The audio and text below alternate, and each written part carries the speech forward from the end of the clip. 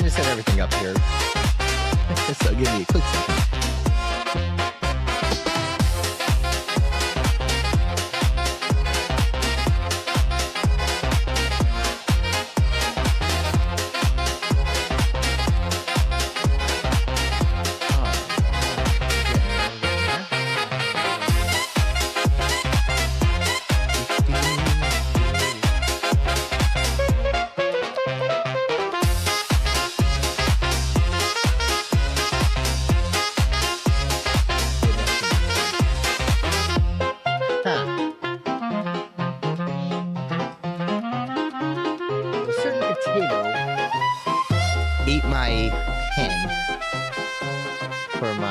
Tablet, so we'll see how this works.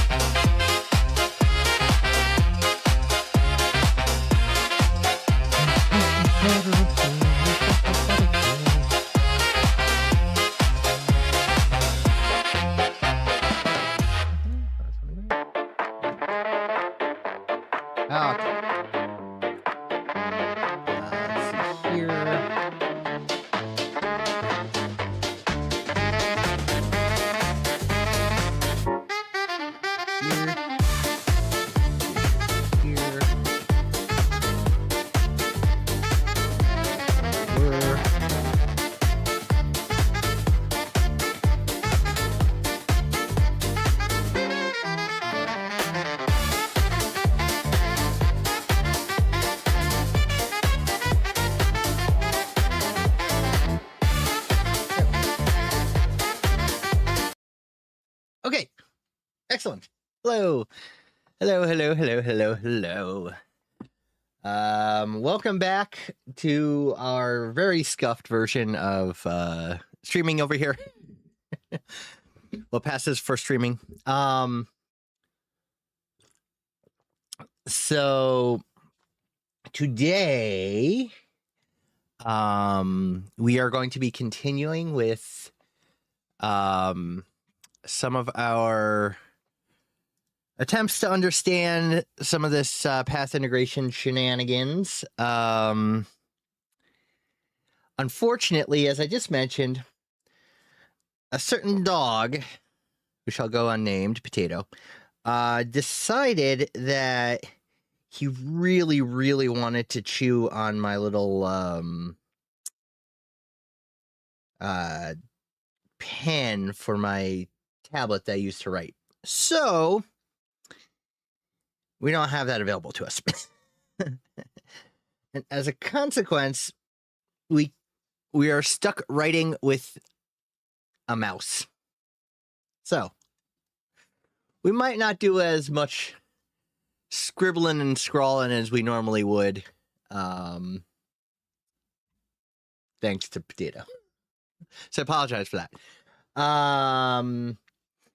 The other thing, and Potato's going to be yelping at the door for a while. Oh yes, the other thing I wanted to do is everyone to please note that we have our Trevor Project donation link. Please feel free to donate if you so desire. Again, this is going towards a good cause of supporting LGBT youth, and providing, especially suicide prevention support and emergency support for that. So this is our current, donation, charity that we have going. So please, if you are unable to, that's fine. If you know someone who is able to, please feel free to communicate that to them that they should donate either through this stream. I get none of the money. Twitch gets none of the money, right? It all goes directly to them. It's done through Twitch's donation setup, so I never actually see the money. And Twitch claims to take none of it. So you can donate to them, or you can donate directly to the Trevor Project through their own donation links. Yeah.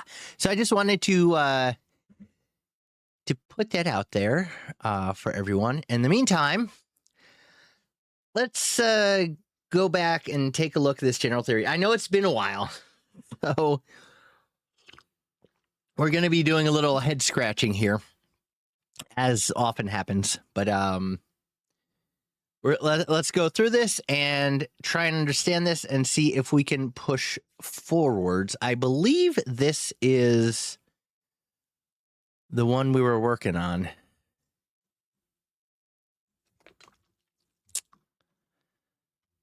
Oh my goodness, that dog is so upset. Okay, yeah, I think this is where we were working, so we'll figure it out. See if we run ourselves into a nice wall as per usual. But anyway, so all right, so where are we going with this?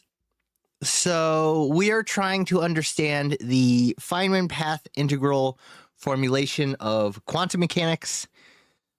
Not because we care about quantum mechanics as much, but we care because we want to understand the path integral mathematics and try and apply it elsewhere.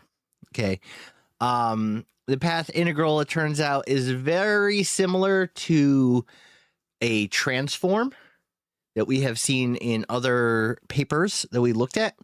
And is in fact part of the general category of transform, the same general category of transforms as a Fourier transform, but with a different kernel function in there. So going from the quantum mechanics piece, right, we are defining the typical time variant as opposed to time invariant Schrodinger equation, where we have h on psi equals h bar over I d by dt of psi, right? So this is our Hamiltonian of psi is equal to the time derivative of psi times h. Psi is some state function. Again, typically in quantum mechanics, this is a probabilistic, it's actually a probability density function that is defining the possible places where a particle could be or the states of a particle. Okay, defined in Hilbert space L2. So we're just saying it's defined in L2, which is Q and T. So it's defined in some X, or it's defined in some positional location and time. All right, the space of all square integral functions in the sense of the scalar product. Okay, this is just defining the scalar product in that space. So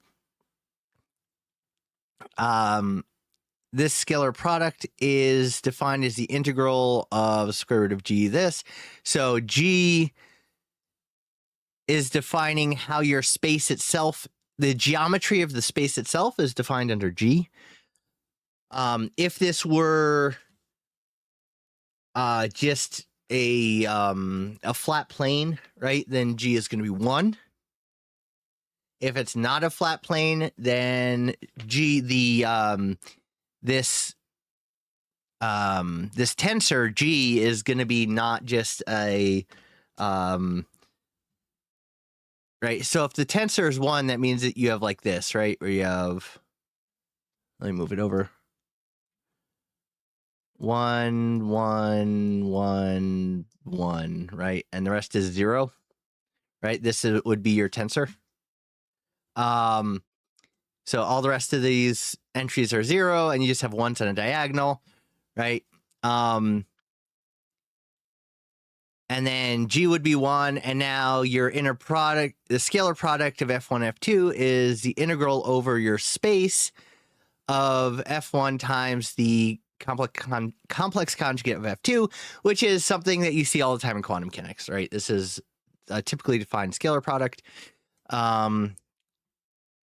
The thing that we're adding in here that's different is this g function, right? Which is telling you how the space itself in which these wave functions appear is shaped.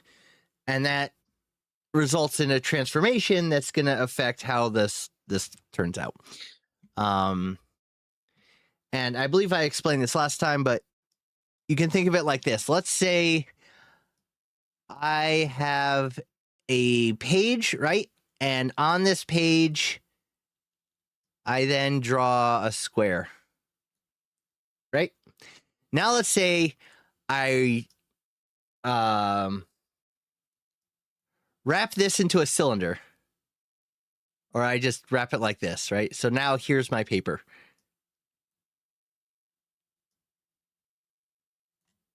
It's kind of like this, right? Now, what does my square look like? Well, it no longer looks like this. It looks like this wrapping around like that, right? So I've warped the square itself. So how am I taking into account essentially this transformation that's denoted by this arrow going from here to here? This is what G is telling you, what this transformation is, which is going to affect the outcome of what's on the space. Can't see all of it. Oh, sorry. 1 second. There we go. Now it should be visible. So I'm taking this that I drew on the paper, I'm rolling the paper up in some way, and now I have to take into account the geometry of how I've rolled this up, right? And so that's what G is telling you. Because if you think about it, every time we do like just a normal multiplication or normal math, right? We're kind of imagining this sort of space, this flat space.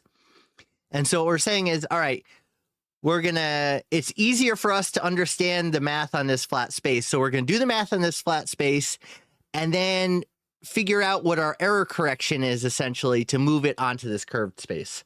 So then we could do the math as we know it, and then we're going to shift it over. This is the transformation. And that's what the metric tensor G is telling you. And within this inner product, right, we're taking the square root of the determinant of G, which again, on a flat space, this is 1. So, all right. So, under those conditions, right, then we're defining this term, right, this version of a derivative. We're saying that it looks kind of like this. It's GAB times the derivative with respect to A, or times the derivative with respect to B, plus the derivative with respect to A times the natural log of G, or again, square root G, where again, G is the determinant of this tensor. And then this. So I'm not sure why. Let's see, GAB, comma A. So I'm not sure why on this term, right? That's dA ln root G dB. Why this has the lng here, but then this term doesn't have an ln.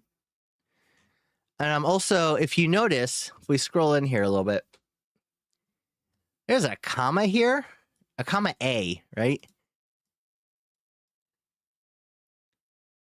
This notation right here is a little weird. So I'm not 100% sure what's going on here.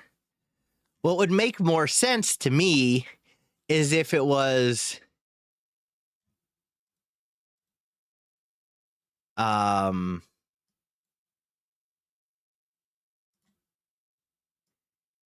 dA d times dB ln root G, right? Because that would be symmetric. So I'm not 100% sure why these are different.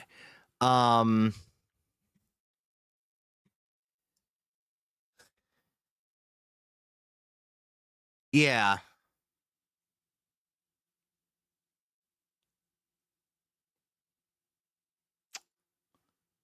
So I'm not sure. Oh, no, because it's not, because over here we have if you notice, it's g to the 1/2 dA g to the 1/2, then JB dB. So is that, so this g to the 1/2, negative 1/2 out here came out from this side. Is G not, no, because G should be function of B as well, huh? I don't know, it's interesting. I'm not 100% sure why that's going on like this. I would have to look into it more. But something to note, right? There's something a little wonky going on. You can kind of do what we're going to do, which is hit the I believe button, smile, nod, shut up, and do math. But that is an interesting difference here. Now, it could be, all right, here's one potential option. If B is time, a function of time, versus A is all of your spatial dimensions, perhaps, but that doesn't really make sense either. I'm not sure. I'm not 100% sure. But that is an interesting thing to note, and something that we could potentially look into later if it comes up again. These are the things you run into, and you're like, what on earth is going on here? Anyway, okay, implicit sums over repeated indices are understood. So this is Einstein summation notation. So if you have something like this, where you have the A and the A, that means A goes 0, 1, 2, 3, 4, however many dimensions you have, right? And you sum over all those dimensions. So there's an implicit sum over A and B here going on, right? But it's just not written in to keep it a little cleaner. And again, that is Einstein's summation notation. He came up with it because this comes up a lot in general relativity, where this metric tensor comes up all the time. Anyway, so the Hamiltonian, which we've said is the kinetic energy plus the potential energy, right, is defined here. H bar over 2m, right? So you apply this onto psi, and that's going to give you your energy. It's usually defined in some dense subset within the space, right? So it's defined within our space, so that H is self-adjoint, in contrast to the time-independent Schrodinger equation, where H psi equals E psi, where it's an eigenvalue problem, and the equation 1.1, which are both defined at, okay, sure, we don't really care about this. Fine, but what we do care is that in this case, what we're really looking at is this unitary operator U. Because what this unitary operator U is doing is it's giving you the time evolution piece of it, right? So, finding dq. Yeah, so this is so what we're saying here is that psi at time t double prime, which again is final time for them. I don't know why they use notation, but they do. So our wave function has had time to evolve, right? And it's in some way changing over time. Maybe it's in a potential well, maybe whatever it is, right? It's changing over time, and U is the way in which it's changing over time. So when you multiply U by your psi at your initial time, you'll get psi at your final time. That's what we're saying, right? That's how U is the it's the time evolution, what they say it? Yeah, time evolution operator, right? It's just telling you how things change.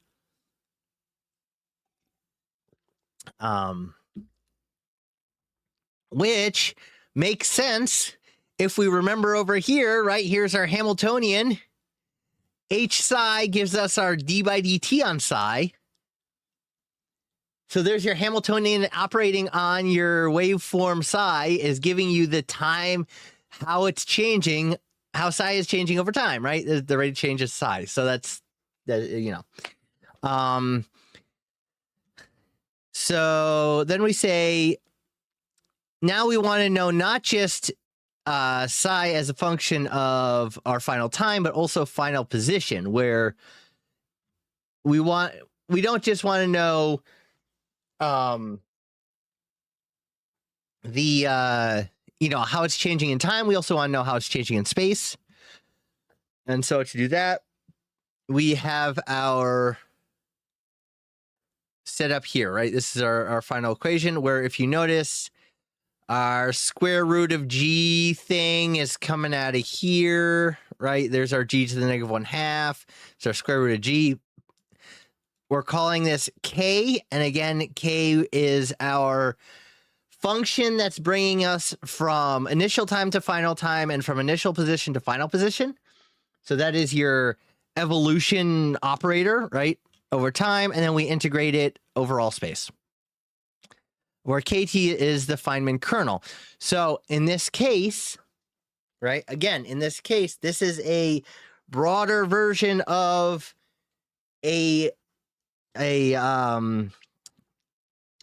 what's it called? A variable transform. You can think of it like that. In the same way that you transform from time space to frequency space, you're transforming from initial time and initial position space into final time, final position space. That's all you're doing, right? So K is your kernel that allows you to do the transform. G in this case, what is G doing?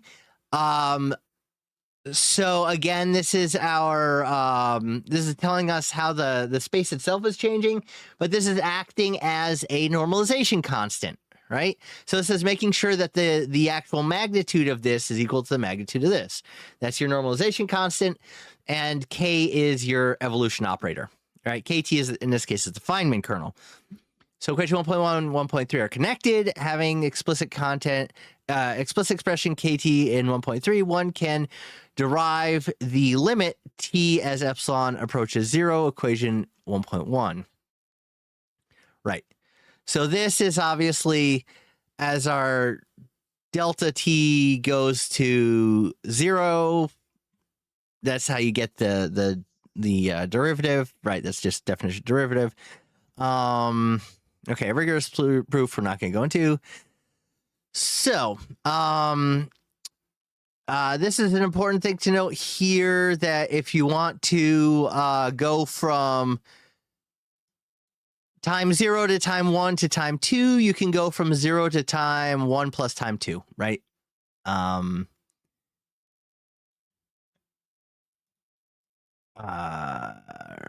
Right. And so, so we have, right, we're saying we're going to time 1 plus time 2. So we go from time 0. This is essentially going time 0, time 1, time 0, time 2. Interesting. Hold on one sec. WQ. Okay. So we're trying to go over T. We go 0 to 1. Oh, okay. Right. So if T is 0, right, then that drops out, and then you're just doing the transformation from T prime to T double prime. Yeah. That makes sense. So in this case, imagine T is 0, and you'll see how it drops out into just evolving from T prime to T double prime. Since you can set the 0 point to be wherever you want, right? So you set the 0 point to be T without any primes, and then there it goes. Cool. In the case of Euclidean space, where GAB, again, is delta AB, so again, that's 1, right? This is the delta function. S is just the classical action, where we said XS is defined is KS. What did we say?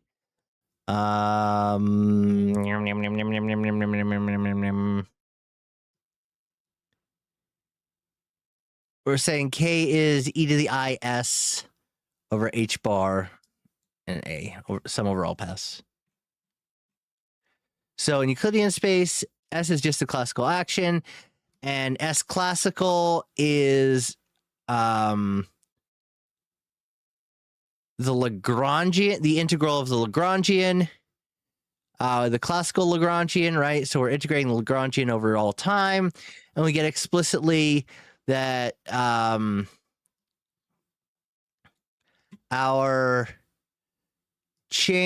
delta Qj, so that is that different? I think that's different from this one, right?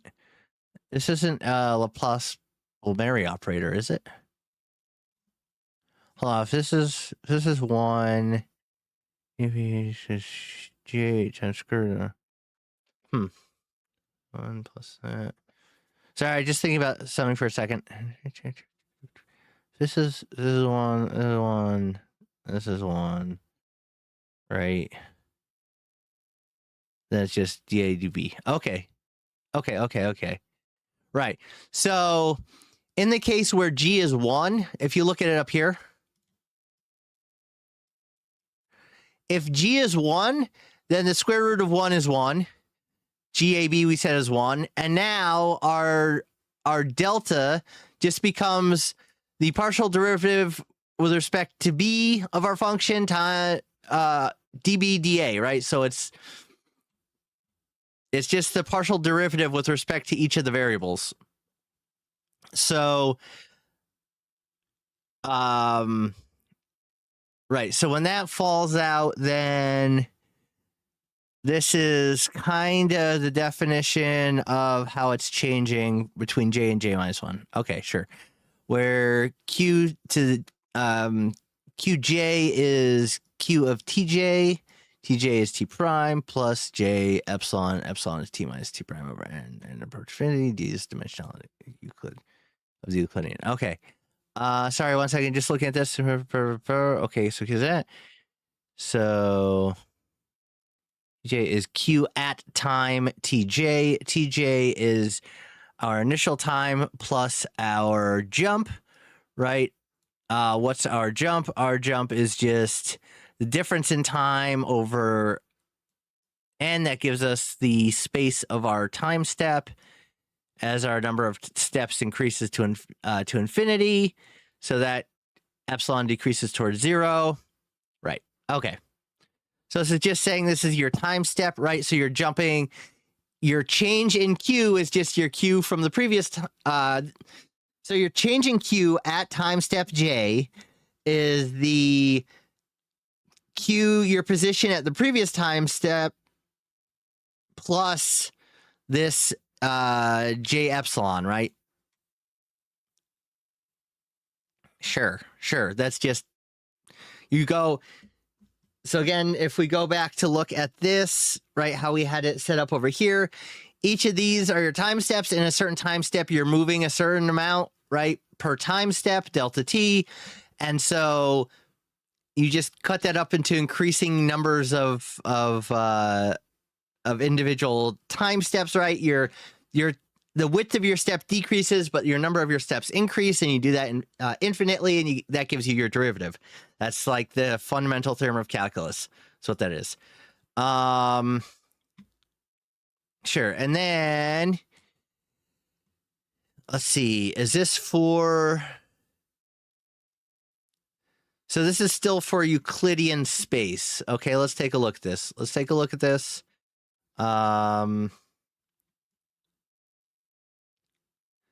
Because this is kind of our key thing that we said we were talking about.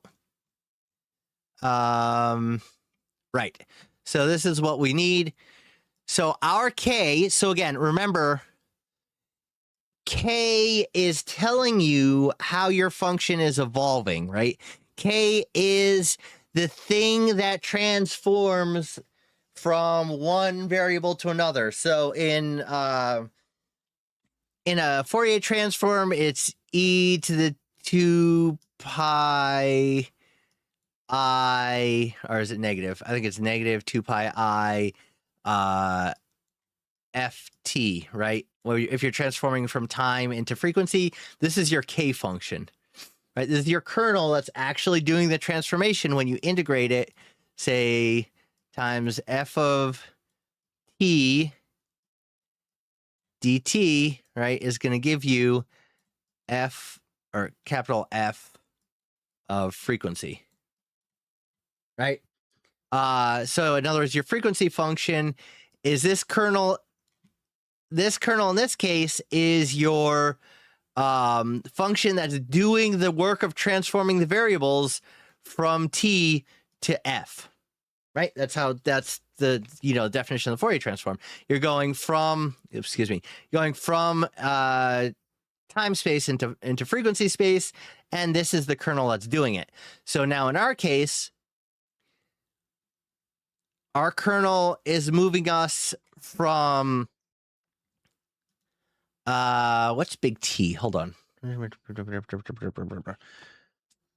Our kernel is moving us from our initial position in space to our final position in space. And capital T is what? Oh,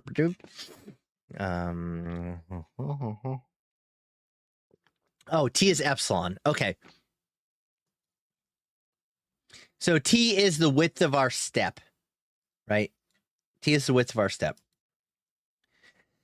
And as we said, right, our steps are increasing towards infinity, right? So we have this limit function that's here, right?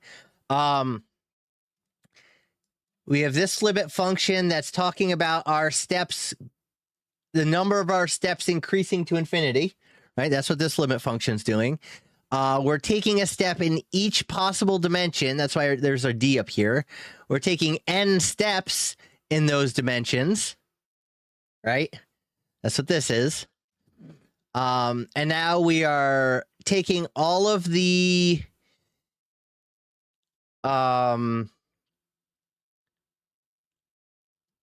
steps from j equals 1 to n minus 1. So that's all of the steps from, we're multiplying, because we're starting at 1, that's why, right? So we're multiplying all the steps that we've passed, right? So starting at 1 and going all the way to n minus 1. We're multiplying all those together. And each of those steps is the integral over space, right? Over our steps. It's the integral over each step of, here's our normalization, right? Now we're summing, taking our sum from j equals 1 to n of our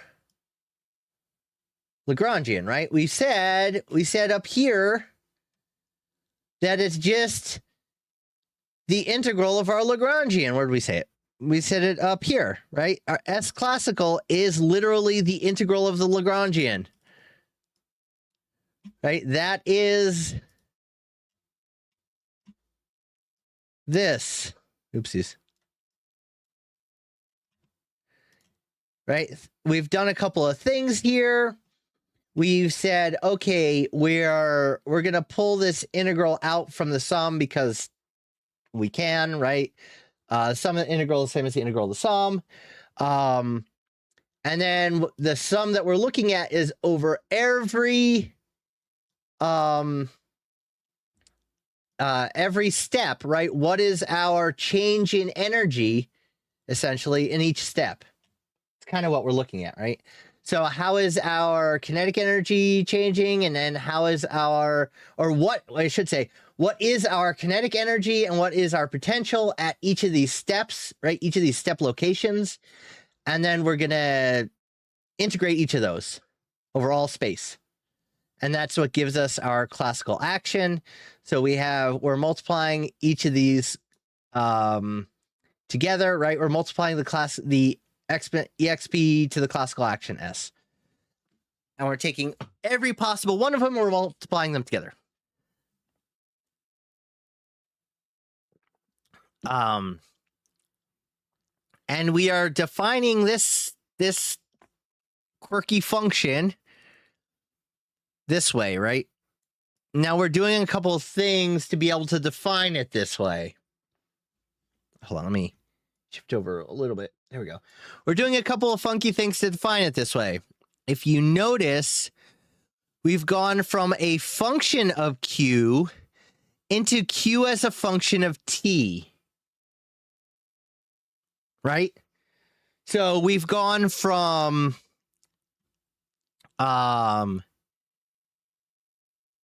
we said it's, because if you think about it, Q really is a function of T, right? So Q, say, is X, right? Our X position, right? And we're moving in some way, so we have some dx dt, right? Because we have some sort of motion. We have some velocity that's going on. So that means what I could do if I wanted to is I could just define, instead of defining the function x and the function t, I could just say the function x of t, right? That's kind of what we're doing, right? Instead of looking at each individual variable in this way, right, and integrating over each of the variables, we are converting this into Q as a function of t, right? So we're converting our position as a function of time. So it's changing over time. And then what that means is that our integral, instead of going from negative infinity to infinity, is just going from Q of our initial time to Q of our final time, which we've already defined as our initial position to our final position, right? So we're integrating from our initial place to our final place. Because again, Q as a function of the initial time is our initial position. Q as a function of our final time is our final position. So we're just integrating from our initial position to our final position. Right. So this let's see, we still have this part, right? What have we done differently here? So now we're integrating over just t.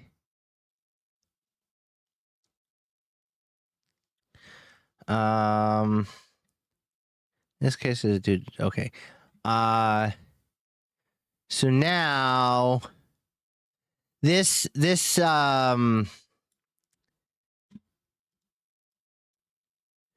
so since we've gone to a function of t, we've now gone to a function of one variable, essentially, t, right? So Q is a function of t, right? This is, if this looks familiar, this is 1/2 mv squared. This is literally kinetic energy, right? dq dt is this, right? That's the q dot is dq dt, so that is your velocity. So we're integrating from our initial position to our final position.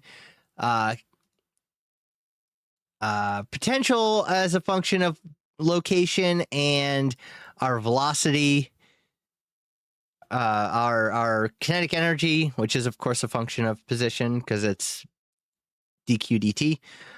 We're integrating all of that dt, and then we're multiplying all of these together, right? So this d is acting as this this product here, right? How exactly that acts as that, I'm not sure. I think that's just definitional. So yeah, there's a few things going on in this notation change. Some of it makes sense to me. Some of it's a little weird. Like, I don't know how functionally how this is converted into this, right? This, if you notice, we're also summing over it. We're both the sum and the product have gone into this script D. So they've notationally changed it into that script D. Let me see.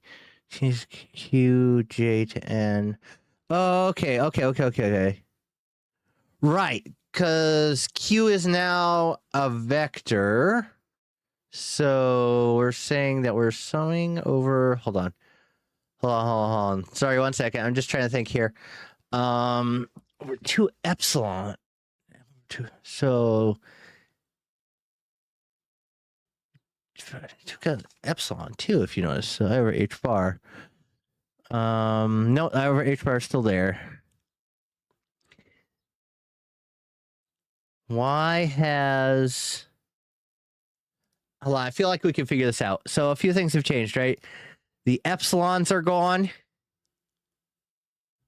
And our sum from 1 to n have gone, right? So this is, right, there are n dimensions, right? So in a three-dimensional space, like say a normal three-dimensional Euclidean space, n would be 3, right? So you'd be summing over each dimension of this. So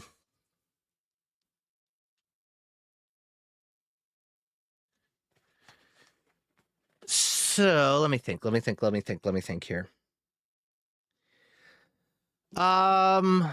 So this has become here, right? So we've gone away from Q as 3 dimensions into Q as, I presume, a vector, right? Because velocity is a vector and your position's a vector, right? Your position vector.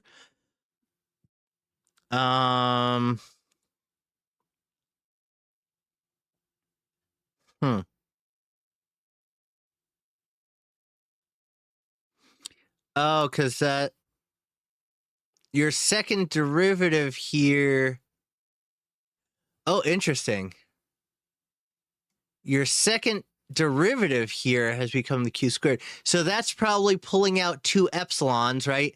Okay, that sort of makes sense. So then we say we have 2 epsilons that come out of the coefficients from this delta, right? And so one of them cancels this epsilon, and then you have epsilon times m over 2 times the second derivative of q, right? So then you just pull the epsilons out of all of it, and that's part of your that just becomes part of this normalization constant. Right. So that kind of makes sense. You can pull this epsilon out. Okay. Now it says summing all of it, we're just saying explicitly that's Q. Huh. Yeah, I think what's happened... I think the other thing that's happened is we've converted this into a vector. We've converted Q into a vector, and I believe that's without notating it, of course. I think that's why that's doing that. All right, let's see. For an arbitrary metric, GAB, these things are unfortunately not so easy, of course. The first formulation for this case is due to DeWitt. His result is this shenanigans. So then we end up with we're just pulling this down into here, right? And it just becomes messier.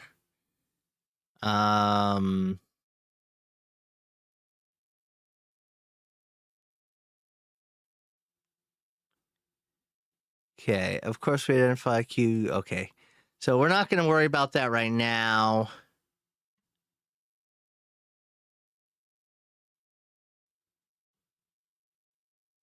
Maybe I've bounded from below. Let's see.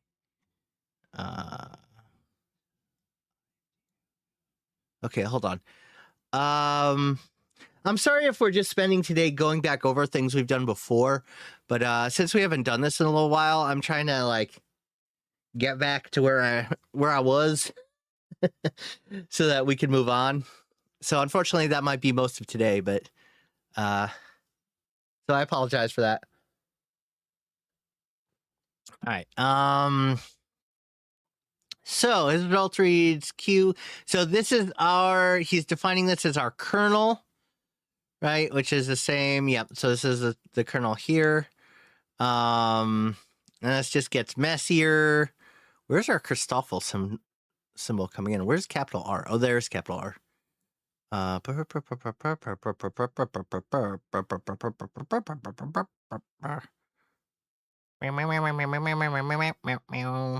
T A B C C. Okay. Okay. Yeah, I remember we got this and I was like, we'll deal with this. Yeah, it's this is definitely some more complicated math.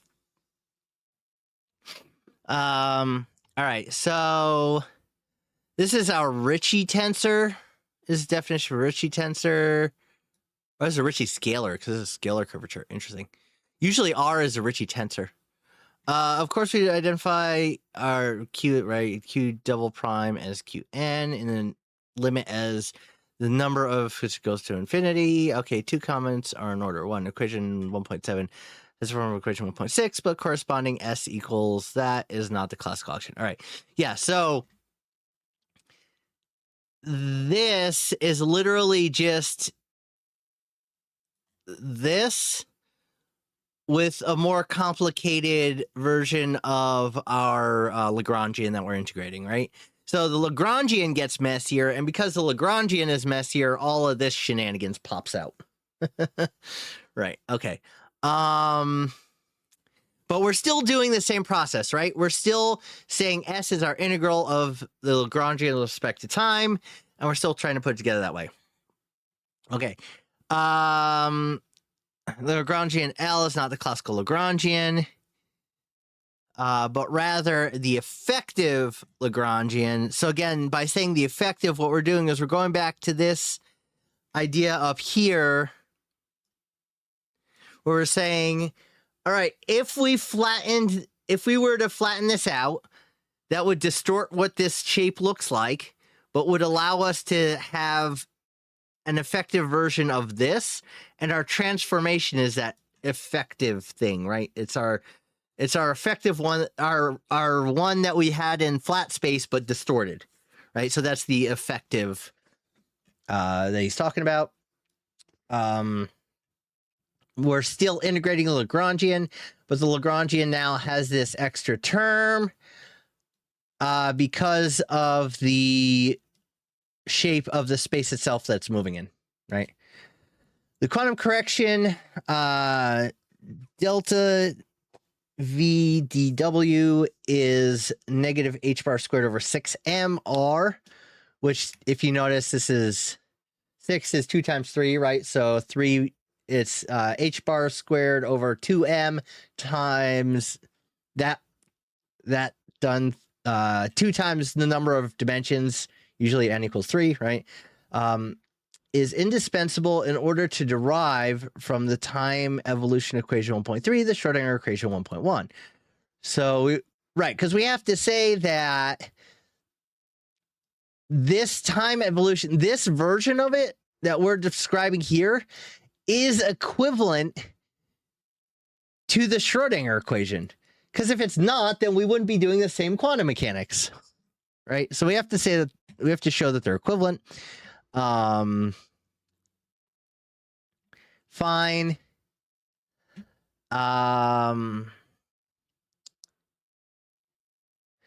The appearance of a quantum correction delta V is a very general feature for path integrals defined on curved manifolds. Of course, delta V is approximately equal to h squared, depends on the lattice definition. So that, again, depends on how you're cutting up the space. You're looking at how things are changing in a space, right? You're kind of gridding up the space, and you're looking at all of these different positions in the space, but it depends how you set up your grid, right? It's going to determine what it looks like. Kind of determining your resolution, you can think of it that way. Depends on lattice. A specific lattice definition has been chosen. The metric terms in the action are evaluated at, quote, pre-point, qj minus 1. So you can imagine you go back a time step. Changing the lattice definition, for example, the evaluation of the metric at other points. For example, the post point, q of j, or the midpoint between j minus 1 and j, changes the delta v because in Taylor expansion of the relevant terms, all terms of order epsilon contribute to the path integral. This fact is particularly important in the expansion of the kinetic term of Lagrangian, where we have q to the delta to the fourth qj over epsilon is approximately order epsilon. Okay. And I'll turn this in order, Aslan. Yes. Okay. So right. So our Taylor expansion is telling us how things are changing, right? It's our approximation. But the Taylor expansion is going to depend on our grid as well, right? So essentially, the grid that we pick is going to tell you. All right. Think of it like this. So let's go back to this, right? Our grid that we pick is going to determine how much energy has changed between this point and this point, right?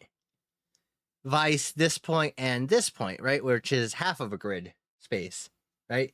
So grid spacing matters here because you're looking at all those grid points. And that's what the lattice definition is.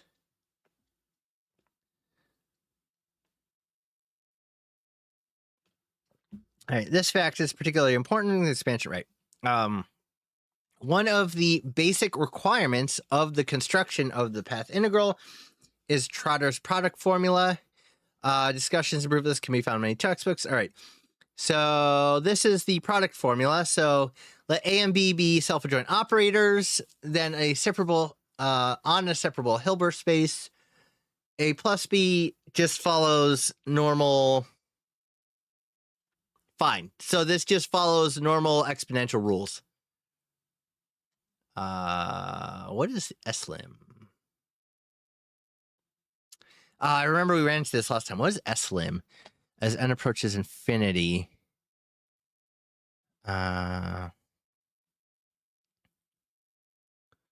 We definitely do not need to go through this proof, but I would love to know the definition of SLIM.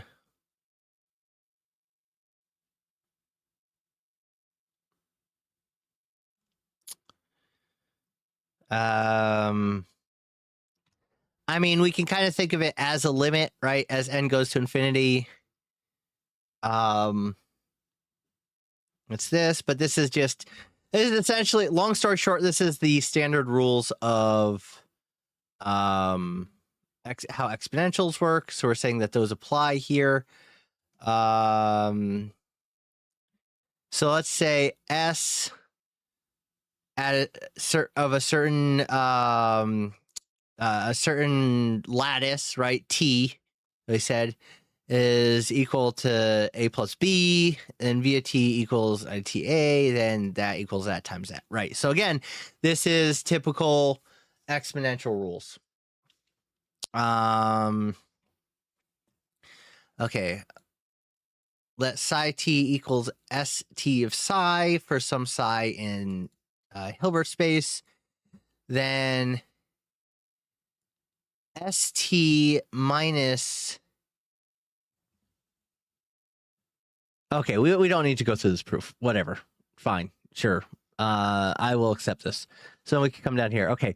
The conditions on the operators A and B can be weakened with the requirement that they fill positivist. Okay. All right, sure. Thus, we see that the ordering prescription in quantum Hamiltonian and corresponding lattice formulations in the path integral are closely related. This can be formulated in a systematic way. We consider a monumental in coordinates and momenta in classical mechanics. M is Q mu1 mu 1. Okay, so this is in all Q of all of our spatial dimensions,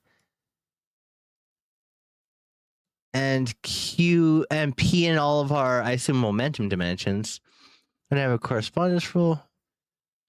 Monumental. I'm sorry, monomial. Ha! I added an extra T in there. Right, it's a monomial. Monomial. So it's a single, right, in coordinates and momenta. Right, so M is just all of those multiplied by each other. We want to have a corresponding rule according to this. Okay, our exponential U of Q plus V of P D of omega is omega of UV times this. To generate operators can be from coordinates. First is a mapping. General examples. Okay. So omega. Hold on. Trying to understand. Okay. So let's have a correspondence rule.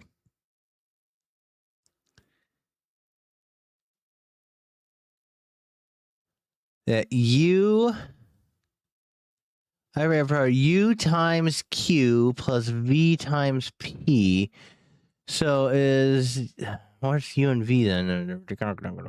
Okay.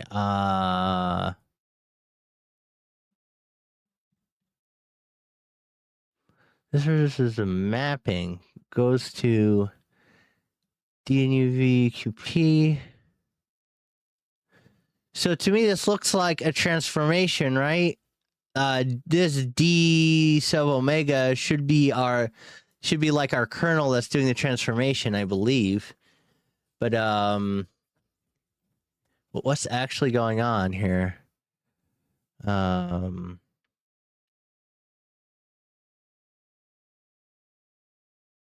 Equals N. I'll choose N. Symmetric. Let's consider the Fourier integral. Okay, we'll get back to this by looking at the example, because again, we know how to do Fourier stuff, right? So let's look at the Fourier stuff, and then that'll give us a little bit of an understanding of what's going on, hopefully. Okay, so if we take our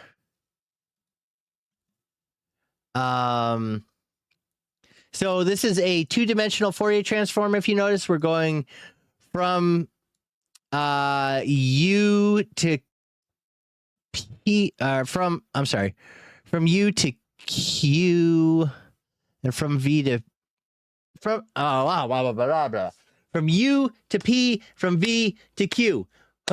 Blur. Right. Okay. My brain is going crazy. Okay.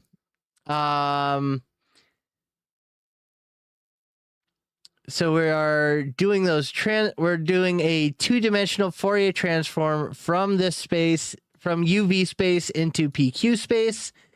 Is of course this integral, or A, right? This is A as a function of U and V, and we're transforming it into A as a function of P and Q. And then you could do the inverse version of this, right? We go from A as a function of P and Q into A as a function of U and V, right?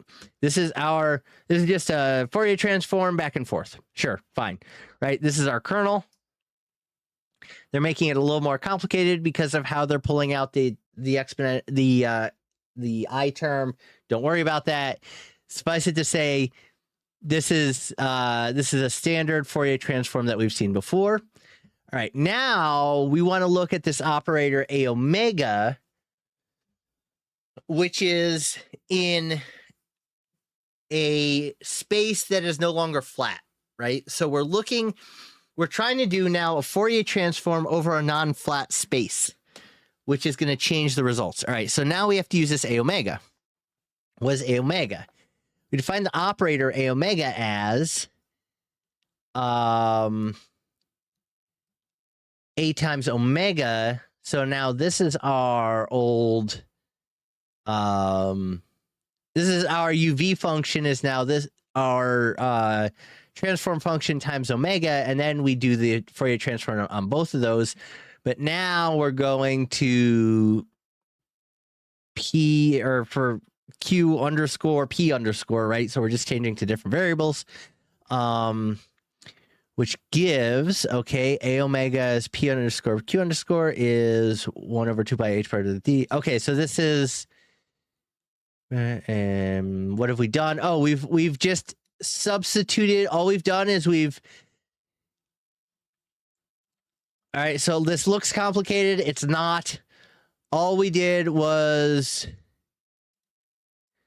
we took this. I can't really say it. We took this and we substituted it with its definition, which is this, right? So we just plugged this in for the A hat here, right? So now we've plugged that into here, and now we get all of this mess, right? Because we've made it all messier. And then, but we just still, the only thing that's changed is now we have this extra omega term. And now instead of just P and Q, we now have Q minus Q underscore and P minus P underscore, right? So now we've got these terms instead of just the P and Q terms in our transformation. Okay, and then the inverse transformation is just, again, the same thing that we had before, I'd imagine, right? Oh, the trace of the integral. Whoa, what on earth is going on here? Hold on, one sec. The trace A underscore PQ. Particular delta function has a correspondence operator.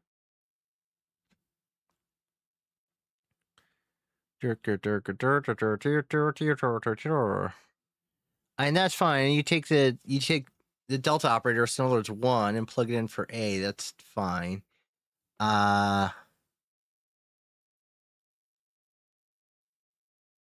Okay, so I'm wondering why we have a trace function in here. Oh, because we're taking the inverse of this this matrix. That times the matrix.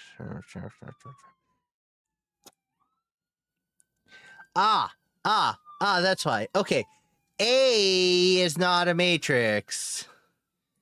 A is not a matrix. A is a vector. You're multiplying vector by a matrix is, I believe, what's going on here, right? And then you're multiplying two matrices by each other, and you have to get the trace. Okay. Right, because you've got to get a vector back out of it. So you're taking the trace of these. Okay. I can kind of see, I don't see all of the Y's. I kind of see what's sort of happening. I can kind of, again, hit the I believe function in terms of these being inverses of each other with this trace here. Right? Because if you notice, what we've done is we've gone from an integral over 4 variables into an integral over 2 variables. So that's part of what's going on, is we're dropping out the variables that way. Okay. In particular, the delta function, so in other words, if you have A as 1, has a correspondence operator, delta omega, P minus Q, right? So that's this here. We still have this guy, sure. We have our omega. Our A has become 1, so we're multiplying that by 1 times our exponential, right? This is just this guy here. Sure, so let's turn to Hamiltonian. Given a classical Hamiltonian, H classical, PQ, the quantum Hamiltonian is calculated as, so again, here is our, so we're just doing, again, we're just doing another equivalent to a transform, right? We're doing a variable transformation. These are all, this looks complicated and looks silly, and I don't understand necessarily all the steps and the specifics of this, but at the end, if you squint hard, we're just doing a variable transformation from this to this, right? That's all we're doing. But now we have this omega that's coming in here as a result of, we're not just assuming that the space is flat, right? We have to take this space piece into it, right? And then we say, and then this is literally just a straight, right? This is just a straight Fourier transform. Okay, so you're putting the Fourier transformed thing into there from PQ, right? So you change from PQ to UV and you plug that into here. Obviously, by proposing a particular classical Hamiltonian, depending on the variables Q prime and Q double prime respectively, introduces a particular Hamiltonian function. So now we're going from, now we're talking about a Hamiltonian that is a function of momentum and position, specifically our initial position and our final positions, right? That is what we're looking at, right? And momentum. So okay, so then we have this, right? We have our omega from going from our initial Q to our final Q, right? Our V is now Y. V is turned to the function Y. V. So Y is the transformed of pair of V, it looks like. Yeah, Y. Possibly? Question mark? Not sure.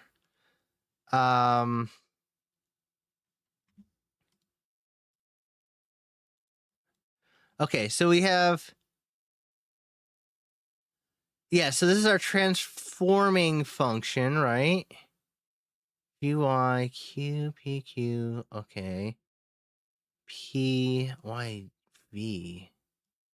Interesting, but we're doing dV, du.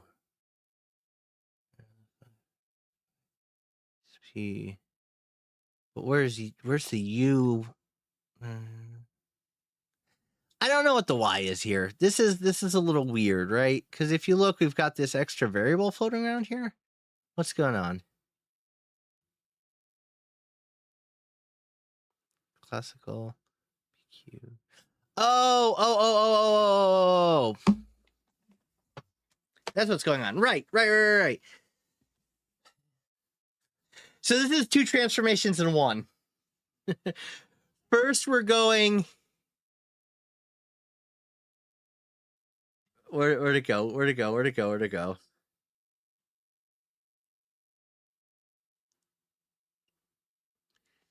Yeah, right. So first we're doing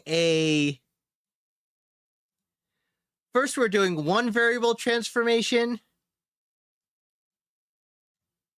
to get to this. And then we're doing a second variable transformation. So it's all in one. Okay. That's why.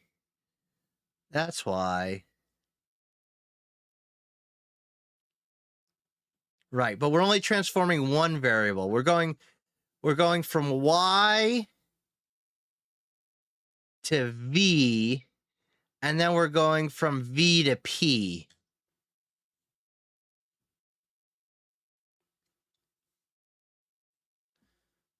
Okay. Interesting. Okay. For omega equals 1 and omega equals cosine UV over 2 respectively, we'll obtain a Hamiltonian functions according to H is the classical Hamiltonian. Oh, that's interesting. So in this case, our quantum Hamiltonian is our classical Hamiltonian split into the half position between Q1, our initial and our final position. That's interesting. And in this case, it's 1/2 of the entire classical Hamiltonian at one versus the entire classical Hamiltonian at the other. So this is the Hamiltonian at the middle, and this is the Hamiltonian. This is one half the Hamiltonian at one plus the Hamiltonian at the other. That's interesting.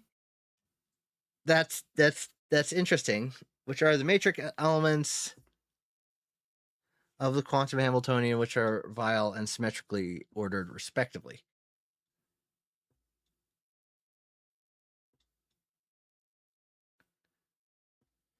Uh-huh.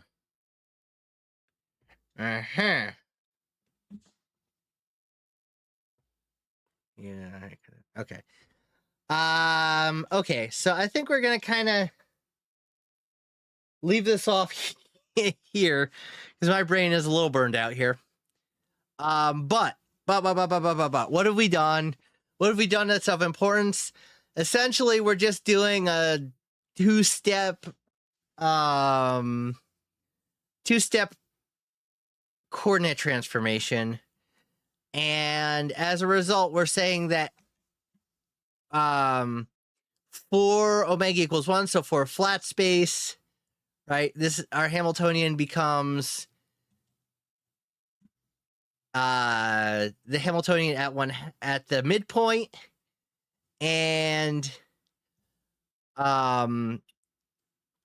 for omega equals cosine uv over 2, our Hamiltonian becomes half the classical Hamiltonian at one spot plus the Hamiltonian at the other spot. Okay.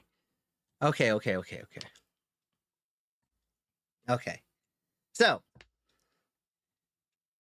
this is just how we're going through these transformations. Ordering.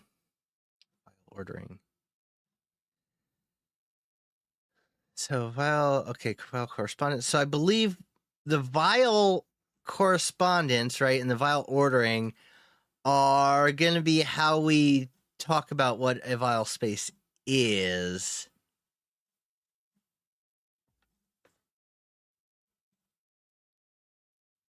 I love it when you get to things like this. Man, that's just wonderful. Okay.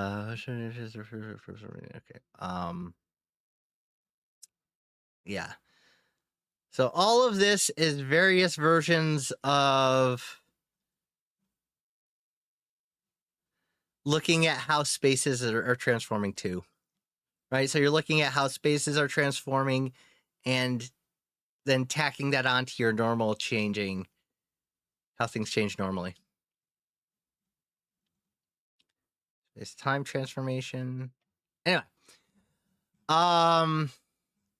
So we'll get there eventually. This is the slow slog. So I apologize for running very wackily through this as I'm trying to understand it as we go. This is difficult stuff, right?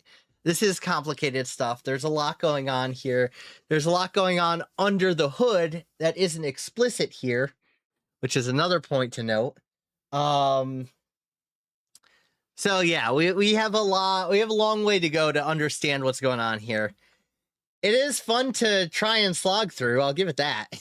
But holy cow, man. Oh, this isn't as easy as that stuff we were doing with just the Fourier transforms and stuff. This is like that on crack. This is ridiculous. Anyway. So to anyone who's for anyone who has had the fortitude to watch through this shenanigans, for which I must thank you immensely. Oops. Sorry about that. Toasty Mark, you guys who put this up and for some reason are still here.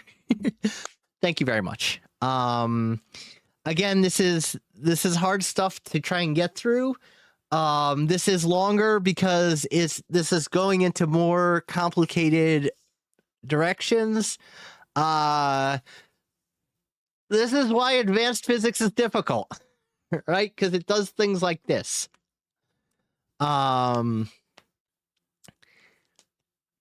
Yeah. So again, and I'm going to emphasize this as I emphasized last time. Each time we go through this, right, we are hopefully slowly chipping away at our giant chunk of what we don't know. Right? We're trying to slowly piece together the bits and pieces of all of this in a way that we can sort of at least understand what's going on to try and apply it to other things, right? Because ultimately, again, we want to apply this process to non-quantum mechanical things. And so that's going to be difficult. But first we have to try and understand the basics of what's going on. Again, this is covering the basics. So we are trying to go through the basics of this. And it's going to require a lot of digging as we keep going through this. And you know what? Next time, we're going to go through a lot of this again. And we're going to equally have no idea what's going on, but hopefully have a little bit better of an idea, right? And then the next time we go through things, we'll have a little bit of a better idea, or at least we'll be more familiar with these things and how they interact and how they exchange with each other, right? And we can look for commonalities by saying, oh yeah, that looks like a Fourier transform, doesn't it? And that looks like another variable transform. So we're kind of putting these together. So, you know, that's the way we want to approach it. It's just a slow chipping away at the understanding of this stuff. So, yes, again, thank you to everyone who has swung by to this.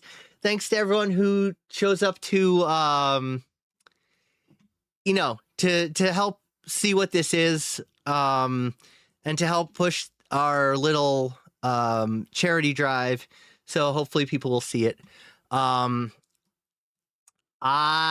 am going to look for someone to raid. This is always the difficult part. So let's go to browse. Let's look at science and technology.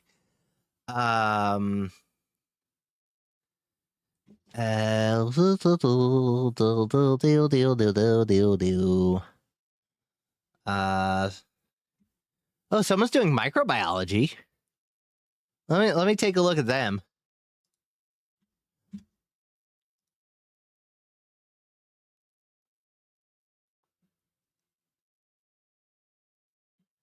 Okay, cool. They're doing something very different, but this could be a lot of fun, so we're gonna raid into them. Ichiro Cyan. Microbiology Night, Quest for Penicillin Project, Day 1. So, so now for something completely different. I hope you guys enjoy.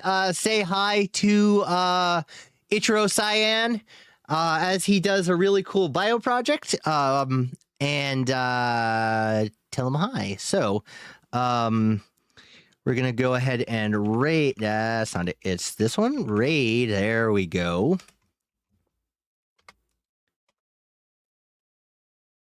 Yes. All right.